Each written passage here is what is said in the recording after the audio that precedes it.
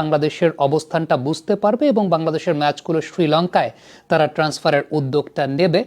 তবে যদি সত্যিকারের অর্থে ইন্টারন্যাশনাল ক্রিকেট কাউন্সিল আইসিসি সেক্ষেত্রে মেনে না নেয় বা তারা কনভিন্সড না হয়, বাংলাদেশকে যদি ভারতে খেলতে তারা বাধ্যই করে, সেক্ষেত্রে বাংলাদেশ ওয়াক ওভারে যাবে কিনা।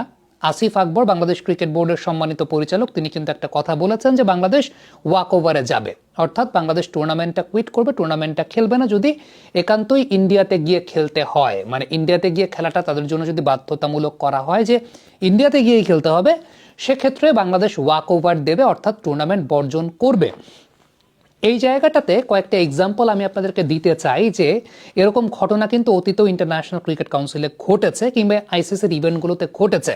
প্রথম যে এক্সপিরিয়েন্সটা আমি আমার ব্যক্তিগত জায়গা থেকে বলবো সেটা হচ্ছে, আমি প্রথম যখন বুঝতে পেরেছি যে ওয়াক ওভার বলেও কোনো কিছু আসলে আছে, পাড়া মহল্লার ক্রিকেটের মতো ইন্টারন্যাশনাল ক্রিকেটেও সেটা হয়, সেটা 2003 বিশ্বকাপে জিম্বাবুয়ের মাটিতে ইংল্যান্ড খেলতে যেতে অস্বীকৃতি জানিয়েছিল এবং ইংল্যান্ড এবং জিম্বাবুয়ের যে ম্যাচটা, সেই ম্যাচটা কিন্তু হয় নাই, এবং হয় নাই বিধায় ওই পূর্ণ পয়েন্টটা দেয়া হয়েছিল তখন জিম্বাবুয়েকে। ওই বছরই আমার এটার কথা মনে, পরবর্তী সময় স্টাডি করতে গিয়ে দেখলাম ওই বছরই কেনিয়া এবং নিউজিল্যান্ডের মধ্যকার যে ম্যাচটা ছিল, সেই কেনিয়া এবং নিউজিল্যান্ডের মধ্যকার ম্যাচটা কেনিয়াতে গিয়ে নিউজিল্যান্ড খেলতে রাজি হয় নাই, যে কারণে নিউজিল্যান্ডকে ওই ম্যাচে ওয়াক ওভার দিতে, কেনিয়াকে পূর্ণ পয়েন্ট দিতে হয়েছে। আমরা জানি যে কেনিয়া 2003 বিশ্বকাপে কিন্তু সেমিফাইনাল পর্যন্ত গিয়েছে। জিম্বাবুয়ের ক্রাইসিস যেটা ছিল, মূলত তখন মুগাবে প্রেসিডেন্ট ছিলেন এবং ওই সময়টা তিনি একদম ডিরেক্ট টনি ব্লেয়ারকে দায়ী করেছিলেন যে টনি ব্লেয়ার ইরাকে হামলার জন্য দায়ী, প্রত্যক্ষ বা পরোক্ষভাবে, এবং একদম ওপেনলি তিনি আসলে সেক্ষেত্রে টনি ব্লেয়ারের এগেনস্টে কথা বলেছিলেন।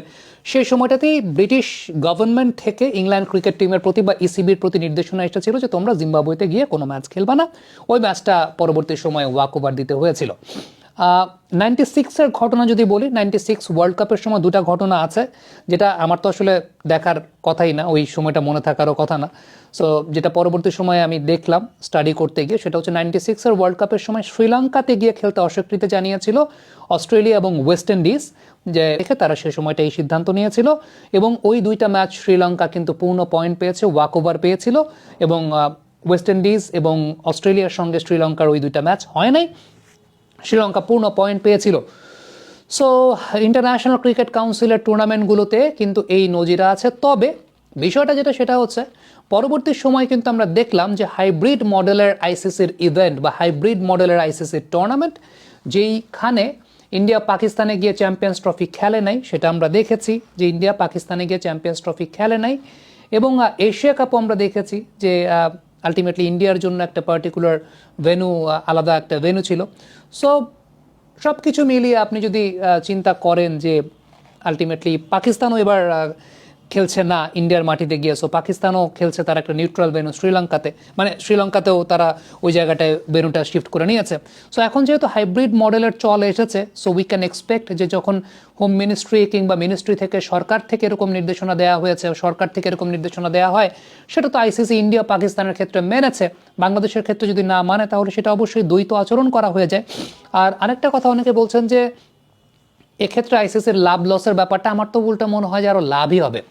লাভ কেন হবে? প্রথমত ইন্ডিয়াতে যদি বাংলাদেশের ম্যাচগুলো হতো, দর্শক যাইতো না, ইন্ডিয়া তো দর্শকদের ভিসাও দেবে না, সাংবাদিকরাও কভার করতে পারবে না। সো এন্টায়ার ইকোসিস্টেমের মধ্যে একটা প্রভাব পড়বে, টিকেটিং প্রাইস থেকে শুরু করে সব কিছু। ইভেন ইন্ডিয়াতে যে ব্রডকাস্টিং, তারা তো কনসিডার করে যে বাংলাদেশের ম্যাচগুলো non high voltage match, so ultimately তাদের সেই জায়গা থেকেও একটা ইয়ের ব্যাপার। অন্যদিকে শ্রীলঙ্কাতে যদি খেলা হয়, দর্শক যাবে, শ্রীলঙ্কাতে খেলা হলে বাংলাদেশ থেকে দর্শক যাবে, যারা প্রবাসী শ্রীলঙ্কাতে আছেন তারাও যাবেন। আর মোস্ট ইম্পর্টেন্ট যে ব্যাপারটা, সেটা হচ্ছে ব্রডকাস্টিং খরচ অনেক বেশি মাত্রায় কমে যাবে। কোন জায়গাটায় কমে যাবে?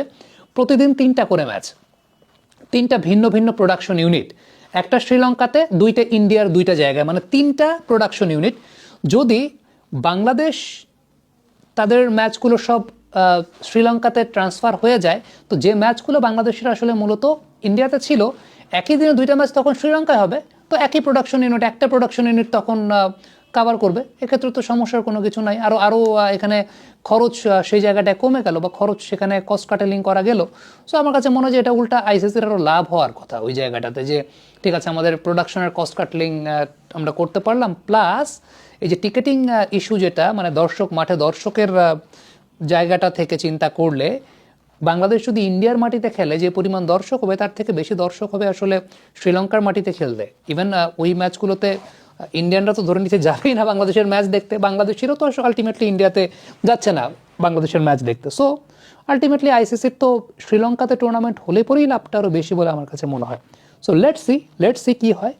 আর ওয়াকওভারের প্রসঙ্গ যেটা আসিফ আকবর সাহেব বলেছেন, পরিচালক বাংলাদেশ ক্রিকেট বোর্ড, ওয়াকওভারের নজির কিন্তু আছে ইন্টারন্যাশনাল ক্রিকেটে, আমরা দেখতে পেয়েছি। যদি সেক্ষেত্রে ইন্ডিয়া বাধ্য করে বাংলাদেশ ক্রিকেট বোর্ড এরকম একটা অবস্থায় যাবে বলে তেমনটা কথা পাওয়া গেছে আর কি। সো দর্শক, আপনাদের কাছে মতামত জানতে চাই যে যদি বাংলাদেশকে একান্তই ইন্ডিয়াতে খেলতে বাধ্য করা হয় সেক্ষেত্রে কি বাংলাদেশের ওয়াকওভারে যাওয়া উচিত নাকি যাওয়া উচিত না? আপনাদের মন্তব্য মতামত নিয়ে আমি আরেকটা ভিডিও করবো ইনশাল্লাহ, যে আপনারা কে কি মনে করছেন এক্ষেত্রে, আপনাদের কি মতামত মন্তব্য সেটা নিয়ে আলাদা একটা আপনাদের রিয়াকশন ভিডিও আমরা করব। কমেন্ট বক্সে মন্তব্য জানতে চাই।